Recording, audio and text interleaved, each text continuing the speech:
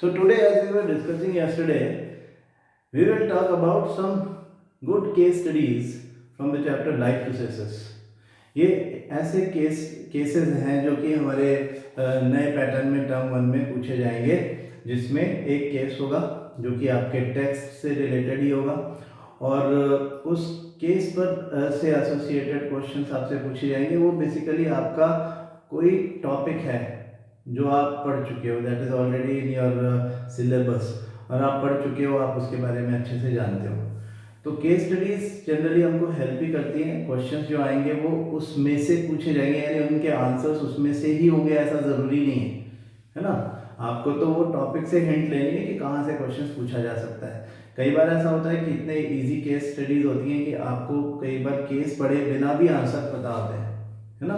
और कई बार कोई बहुत डिफिकल्ट क्वेश्चन होगा या कोई ग्राफ रिलेटेड क्वेश्चन होगा तो उसका जो भी डेटा है उससे एसोसिएटेड वो ग्राफ में उस क्वेश्चन में केस में ही लिखा हुआ होगा। आपको कभी कभी केस की हेल्प लेना पड़ सकती है। तो आज हम कुछ ऐसे ही 3-4 केसेस देखते हैं, आइडिया लगेगा हमको लाइफ प्रोसेसेस चैप्टर से। ये हमारा फर्स्ट केस है। थोड़ा इसका साइज बड़ा कर देते हैं। I hope this is visible now. वैसे मैं बोल ही रहा हूँ। So this is the case. Arteries are the vessels which carry blood away from the heart to various organs of the body. Since the blood emerges from the heart under high pressure, the arteries have thick elastic wall. है ना, ये बात आपको मालूम ही है actually, ऐसा नहीं कि आप नहीं जानते, यू नो इट। हाँ, उनको मालूम है कि आर्टरीज जो हैं उनकी थिक इलास्टिक वॉल होती है ना। Arteries have thick elastic walls. फिर veins collect the blood from different organs and bring it back to the heart. They do not need thick walls because the blood is no longer under pressure. Arteries में pressure ज़्यादा है, veins में pressure कम है। Arteries में walls thick होगी, elastic होगी, veins में ज़रूरत नहीं है उसकी। Instead they have valves. उसमें जो valves हैं that ensure that the blood flows only in one direction. ये बात भी हमने पढ़ी हुई है कि वाल्व्स चाहे वो कहीं भी हो, चाहे वो हार्ट में हो, चाहे वो वेन्स में हो, they always ensure unidirection flow of blood. वो ब्लड को वापस जाने से, बैक फ्लो से रोकते हैं। तो ये ज़रूरत आर्टरीज में नहीं पड़ती, आर्टरीज में वाल्व्स नहीं होते, क्योंकि आर्टरीज में हमेशा हाई प्रेशर रहता है और ब्लड वापस चला जाएगा इसका कोई चांस नहीं होता। On reaching an organ or tissue, the artery divides into smaller and smaller vessels to bring the blood in contact with all the individual cells. The smallest vessels have valves. The smallest vessels have walls which are one cell thick and are called capillaries. Exchange of material between the blood and surrounding cells take place across this thin wall. The capillaries then join together to form veins that convey the blood away from the organ or tissue. कहाँ जाएगा? Heart में जाएगा with the help of vena cava. All the veins throw their blood into vena cava. और जितनी भी veins हैं वो अपना ब्लड जो है डीऑक्सीजनेटेड ब्लड उसको वीना कावा को दे देती है और वीना कावा उस ब्लड को हार्ट में लेके जाती है, so that it can be sent into the lungs first. Lungs में ऑक्सीजनेशन होगा, ऑक्सीजनेटेड ब्लड फिर से हार्ट में आएगा and then you know this is distributed throughout the body with the help of aorta. What is important, what is importance of thin walls of blood capillaries? Blood capillaries की thin wall की importance क्या है? Single cell thick wall का फायदा क्या कि उसमें से एक्सचेंज ऑफ मटेरियल हो सकता है। थिन वॉल है तो जो काम की चीज़ें ब्लड लेकर के आया है बिटवीन द सेल वो टिश्यू फ्लूइड में रिलीज की जा सकती हैं, और ऐसे ही जो वेस्ट मटेरियल सेल्स ने निकाल दिया और टिश्यू फ्लूइड में ज़्यादा कंसंट्रेशन में है इस समय, वो ब्लड में एंटर कर सकता है with the help of this thin wall of blood capillary. So thin walls of blood capillaries provide them protection. Exchange of materials between the blood and surrounding cells take place across the thin wall of blood capillaries. Thin walls of blood capillaries help on smooth flow of blood, all of the above. तो यहाँ पे हमारा answer आएगा exchange of material between the blood and surrounding cells take place across the thin wall of blood capillaries. B option यहाँ पे correct option है. Write two differences between arteries and veins. Arteries are blood vessels while veins are not. ये तो ऐसा तो नहीं है, दोनों ही blood vessels हैं. Arteries have thick walls while veins have thin walls. ये बात सही है. हालांकि ये क्वेश्चन में कुछ फॉल्ट है, दो डिफरेंसेस नहीं है, ये एक ही डिफरेंस है. Arteries have valves while veins do not have valves. Arteries की में valves नहीं होते हैं एक्चुअली, इसमें उल्टा लिखा हुआ है, तो सी और ए ऑप्शन तो गलत है. D all of the above हो नहीं सकता फिर. तो B arteries have thick walls while veins have thin walls. Arteries को ब्लड ले जाना होता है अवे फ्रॉम द हार्ट, तो इसके लिए उनकी वॉल्स थिक होना चाहिए, इलास्टिक होना चाहिए. चलो फिर नेक्स्ट देखें. What is the function of valves in veins? Veins में valves का क्या function है? They ensure unidirectional flow. Valves ensure the unidirectional flow of blood. बस, तो A correct है. बाकी ऑप्शन भी देख लें. Valves increase the oxygen carrying capacity. ऐसा कुछ नहीं है. Valves protect the veins from outer shocks. ऐसा भी नहीं है. Valves withstand the high pressure of blood. ऐसा भी नहीं है. तो ये आपका फर्स्ट यानी A is the correct option. Which blood vessel have high blood pressure? That you know, artery. And what they have to withstand this blood high pressure? उनकी walls thick है और elastic है. तो एक ग्राफ दिया हुआ है इसका, I don't know क्यों दिया हुआ.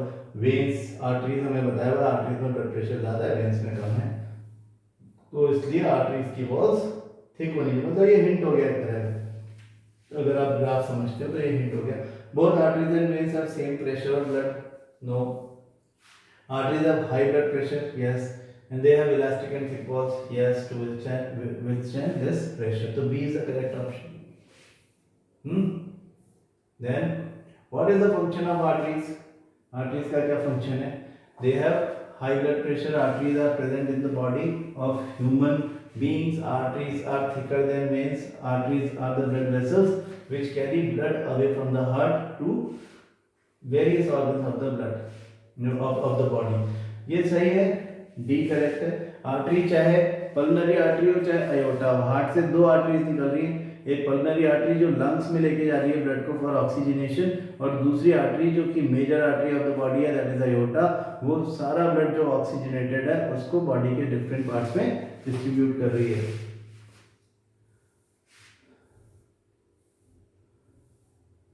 तो ये हो गया first.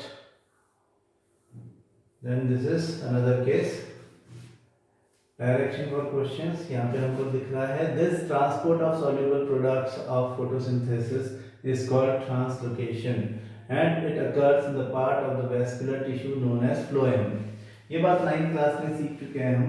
Besides the products of photosynthesis the phloem transports amino acids and other substances.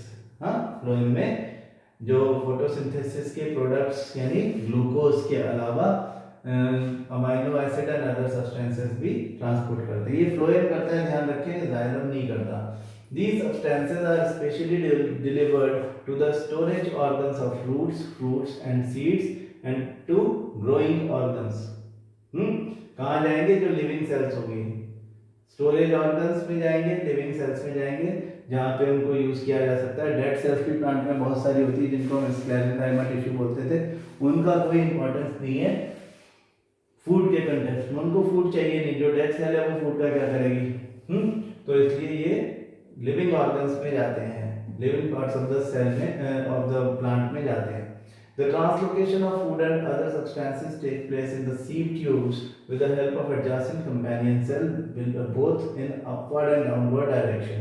यानी जो फूड का मूवमेंट है वो बाई डायरेक्शनल होता है, दोनों डायरेक्शन में होता है, अपवर्ड भी और डाउनवर्ड भी. अनलाइक ट्रांसपोर्ट इन जाइलम, जाइलम में वाटर का मूवमेंट हो रहा है यानी सैप का मूवमेंट हो रहा है, water plus minerals. Unlike transport in xylem which can be largely explained by simple physical forces, the translocation in phloem is achieved by utilizing energy. यानी इसको हम एक्टिव ट्रांसपोर्ट बोलते हैं.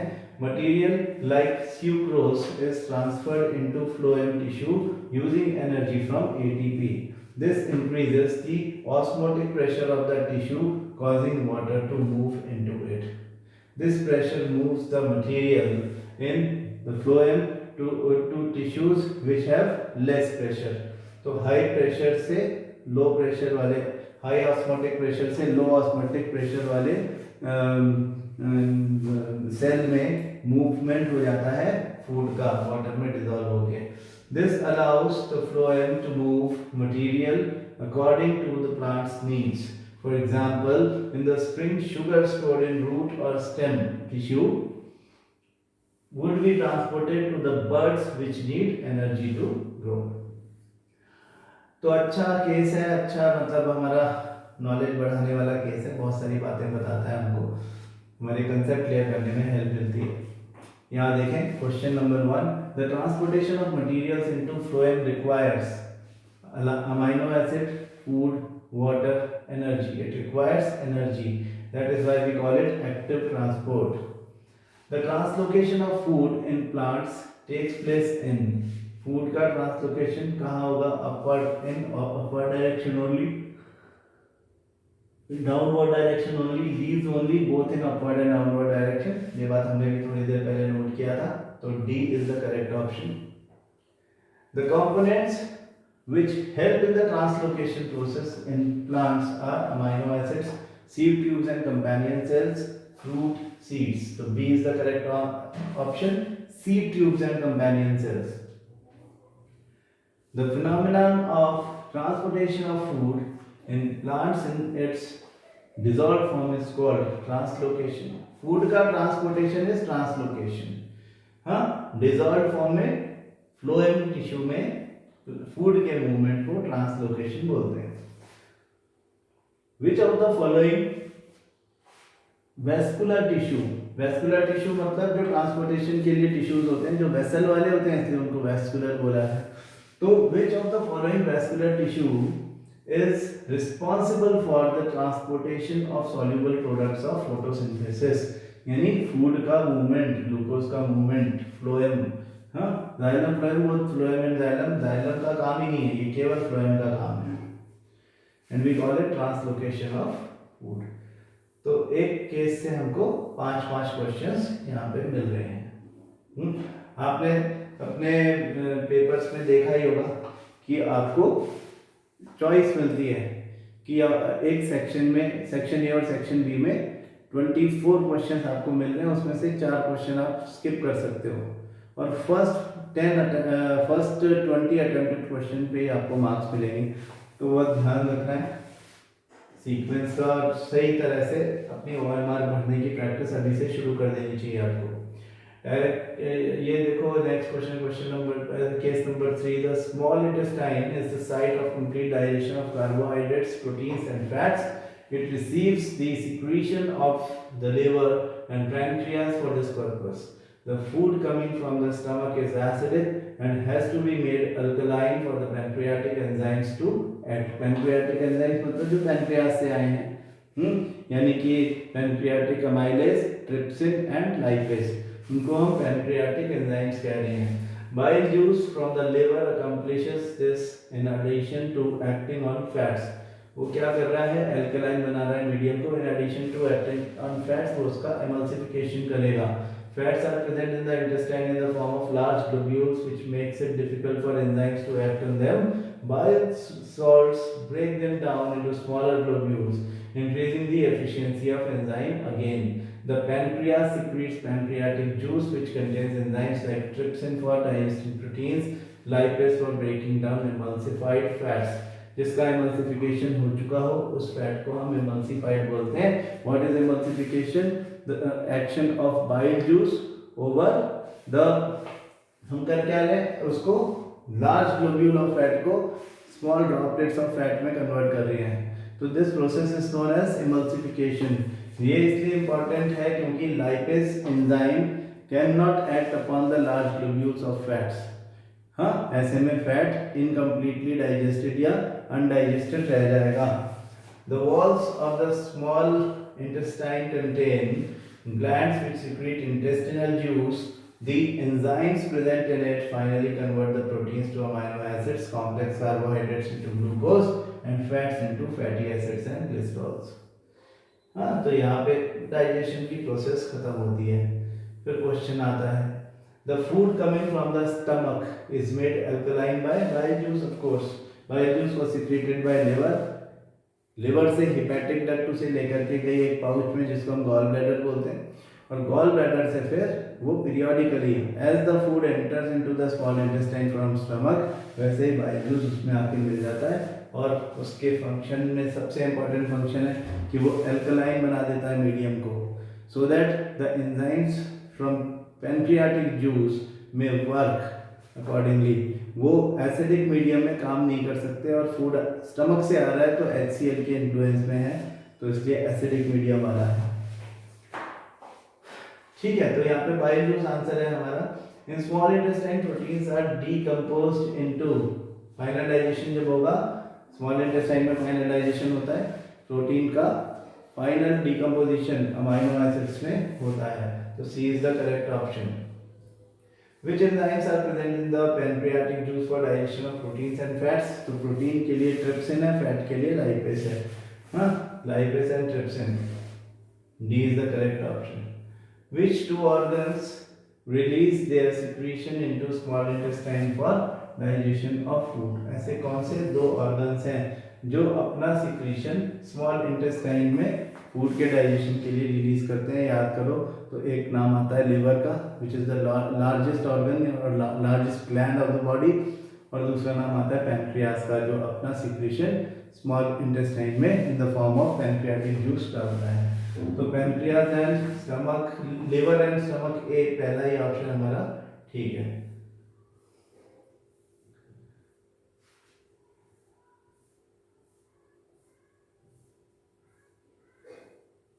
ओके,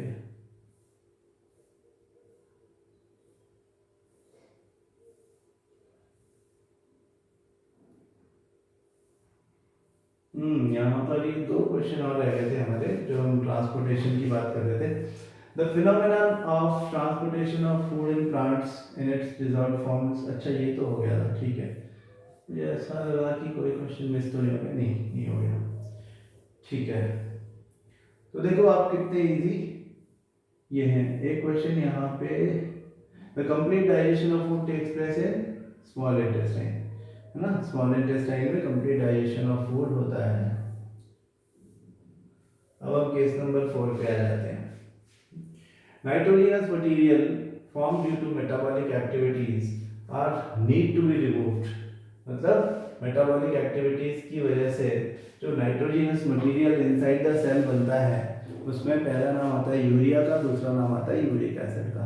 ये यूरिया और यूरिक एसिड जो है they required to be removed, ऐसी बात यहाँ पे कही जा रही है। Nitrogenous material formed due to metabolic activities, यहाँ पे इनसाइड द सेल समझे, metabolic activities inside the cell are need to be removed. The biological process involved in the removal of these harmful metabolic waste from the body is called excretion.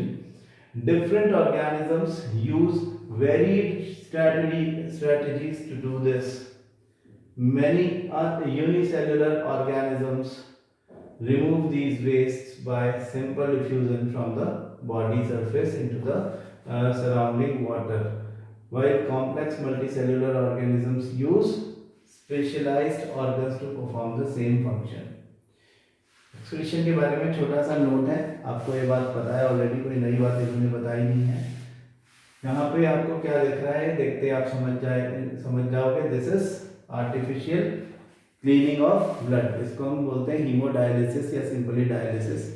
हाँ, dialysis की process से हमने एक तरह से ये एक आर्टिफिशियल किडनी बना रखी है, और उसके थ्रू एक पेशेंट की बॉडी से ब्लड निकाल के उसे फिल्टर करके वापस उसकी बॉडी में डाला जा रहा है। Study the picture given above and choose the correct combination of plots provided in the following table. ना, तो ये क्या हो रहा है ये बात तो हमको पता है। अब हम इसमें ऑप्शन टेबल देखते हैं। टेबल लिखा हुआ है कि dialysis pump, dialysis dialyzing pump process used filtration to draw blood from the body and send it to dialyzer. Dialysate osmosis to add fluid to the blood. ये बात भी समझ में कम आई. फिर blood thinner, clotting to remove the clot from the blood. ये सही बात है. देखो ब्लड थिनर ब्लड में क्यों डाला जाएगा? यदि जो डायलाइजिंग सॉल्यूशन आपका है, बॉडी से बाहर ब्लड निकाला जा रहा है, ब्लड जब बॉडी से बाहर जा रहा है तो देयर आर चांसेस कि उसका क्लॉटिंग हो जाए. तो उसकी क्लॉटिंग ना हो इसके लिए हम क्या करने वाले हैं, हम इसमें ब्लड थिनर डाल देंगे ना. कैसा भी ब्लड थिनर, एस्पिरिन टाइप का या low molecular weight heparin type का कोई भी थिनर इसमें डाल देते हैं. वो ब्लड को पतला करके रखता है, क्लॉटिंग को अवॉइड करता है. तो ब्लड थिनर क्लॉटिंग को रोकने का काम करता है. To remove the clot from the blood, ये उसका फंक्शन है. सही बात है. तो ये आपका बी ऑप्शन रहेगा. Which of the following statement or statements is or are true about excretion in human beings? Number 1. अब एक एक करके 4 स्टेटमेंट लिखे हुए हैं, चारों स्टेटमेंट्स पढ़ेंगे. Urine is stored in the urethra until the urge of passing it out. हाँ, यूरेथ्रा में नहीं, वो यूरिनरी ब्लैडर में इकट्ठा होता है. Each kidney has large number of filtration units called nephrons. ये बात सही है. तो second option is correct. Third, the bladder is muscular so it is under nervous control. Bladder muscular होता है, नर्वस कंट्रोल से कंट्रोल किया जा सकता है, जिससे कि यूरिन को कंट्रोल्ड वे में पास किया जा सके. जब हम चाहें तभी हम उसको पास करें. Kidneys are the primary excretory organs. Yes, kidneys are primary यानी सेकेंड, थर्ड एंड फोर्थ तीनों बातें सही है. फर्स्ट बात गलत थी. तो C is the correct option. Second, third and fourth. Study the table below and select the row. कहाँ है टेबल? ये टेबल है. Select the row that is the incorrect information. गलत इंफॉर्मेशन बतानी है. Excretory organs, oil glands. Oil glands कहाँ होती है? हमारे बॉडी सरफेस पर, जो कि डर्मल लेयर है, हमारी स्किन जो है उसके बीच में ऑयल ग्लैंड्स हैं. और ऑयल ग्लैंड सब्सटेंस जो एक्सक्रीट करती है उसको हम सीबम कहते हैं. सही बात है. इसीलिए ऑयल ग्लैंड्स को हम सिबेशियस ग्लैंड्स भी बोलते हैं, क्योंकि वो सीबम का रिमूवल करती हैं. देन स्किन एक्सक्रीटरी ऑर्गन है जो स्वेट रिलीज करता है. ठीक है, we can say yes. Lungs urea release करता है. ये बात तो गलत है ना. लंग्स तो यूरिया रिलीज नहीं करता.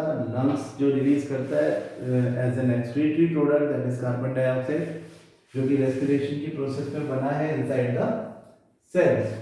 And kidneys nitrogenous waste. ये बात भी सही है. तो लंग्स और यूरिया वाला इनकरेक्ट है. C is the option to be chosen. The given figure represents the structure of a nephron. देखो अब ये नेफ्रॉन का पी क्यू आर एस 4 चीजों की लेबलिंग है. आपको पता होना चाहिए कि ये जो है दिखा रहे हैं, ये बेसिकली अंदर की तरफ ग्लोमेरुलस है. ये एफरेंट ब्लड वेसल है पी. इसमें बहुत ज़्यादा प्रेशर रहता है.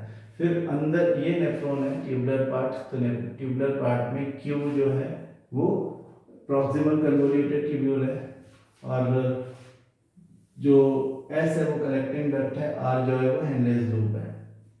Which section of the nephron is responsible for concentrating the solute in the filtrate. अभी फिल्ट्रेट जो है वो यहाँ पे है, उसमें खूब सारा पानी है. हाँ, वाटर का एब्जॉर्प्शन सबसे ज्यादा होता है बाद वाले पार्ट में ना. हेनलेज लूप के बाद वाला जो पार्ट है उसको हम डीसीटी या डिस्टल कन्वोल्यूटेड ट्यूब्यूल बोलते हैं. तो S would be the answer. यहाँ पर ज्यादा से ज्यादा पानी एब्जॉर्ब कर लिया जाएगा. तो सॉल्यूट जो फिल्ट्रेट में था वो उसका कंसंट्रेशन बढ़ता चला जाएगा. जो फिल्ट्रेट में बाहर चीजें आई हैं उनका कंसंट्रेशन बढ़ेगा वाटर के रिमूवल से. The excretory system of human being include. क्या होता है एक्सक्रीटरी सिस्टम ह्यूमन बीइंग में? अब आपको पता होना चाहिए कि किडनीज होते हैं. फिर किडनीज में यूरिन फॉर्मेशन हो जाएगा with the help of nephron. Nephron is not an organ, तो नेफ्रॉन का नाम नहीं आएगा इसमें, किडनीज का आएगा. किडनी से यूरेटर निकलते हैं, 2 ट्यूब्स, हर किडनी से एक एक ना. देयर आर 2 किडनीज, तो 2 यूरेटर्स होते हैं. Ureters take the blood from the kidneys to the urinary bladder. और यूरिनरी ब्लैडर में जाकर के वो इकट्ठा हो जाता है।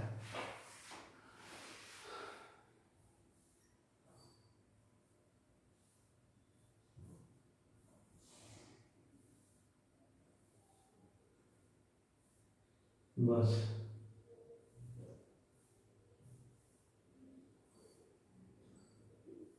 तो एक्सक्रीटरी सिस्टम में यहाँ अपन देख लेते हैं कि ऑप्शन कौन से दिया है, अ किडनी, अ यूरेटर, यूरेटर एक नहीं है दो है, ब्लैडर एक ही है, किडनी भी एक नहीं है दो है, हाँ यूरेथ्रा एक ही है, pair of kidneys yes, pair of ureters yes, pair of urinary bladder, bladder दो नहीं होते, ये भी गलत है, pair of kidneys yes, pair of urinary bladders yes, ureter या यूरेटर फिर दो होते हैं, a pair of kidneys, a pair of ureters, a urinary bladder and a urethra.